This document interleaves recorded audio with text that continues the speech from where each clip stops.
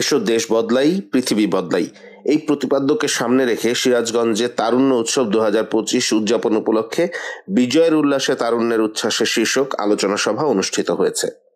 4 ফেব্রুয়ারি মঙ্গলবার সকাল 11টায় পৌর শহরের অফিসার্স ক্লাবে জেলা প্রশাসন ও জেলা তথ্য অফিস সিরাজগঞ্জ এবং গণযোগাযোগ অধিদপ্তর তথ্য ও সম্প্রচার মন্ত্রণালয়ের আয়োজনে তারুণ্য উৎসব উদযাপন উপলক্ষে বিজয়ের উল্লাসে তারুণ্যের উচ্ছ্বাসে শীর্ষক আলোচনা সভা অনুষ্ঠিত হয়।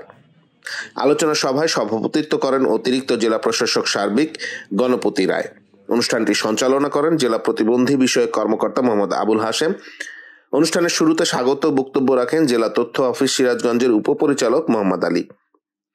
এই অনুষ্ঠানে প্রধান অতিথি হিসেবে উপস্থিত থেকে তারুণ্য উৎসব উদযাপনের উপর দিক নির্দেশনামূলক বক্তব্য রাখেন জেলা প্রশাসকের কার্যালয়ের অতিরিক্ত জেলা প্রশাসক রাজস্ব লিটুস লরেন্স চিরান।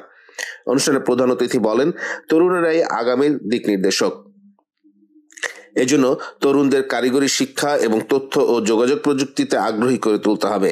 তারুণ্যের উৎসব 2025 তরুণদের মধ্যে জাতীয় ঐক্য স্থাপন, সৃজনশীলতা ও উদ্ভাবনী শক্তি বিকাশ, সামাজিক ও সাংস্কৃতিক মূল্যবোধের প্রচার, পরিবেশ সচেতনতা ও দায়িত্বশীলতা বৃদ্ধি করবে বলে তিনি আশাবাদ ব্যক্ত করেন।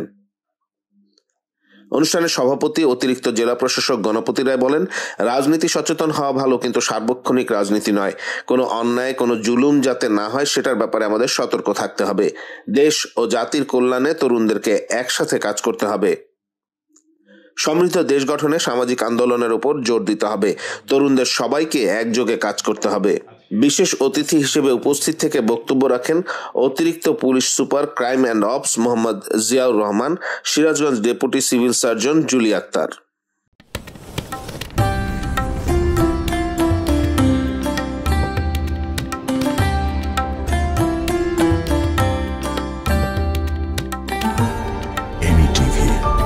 স্বাধীন বাংলার স্বাধীন কণ্ঠ।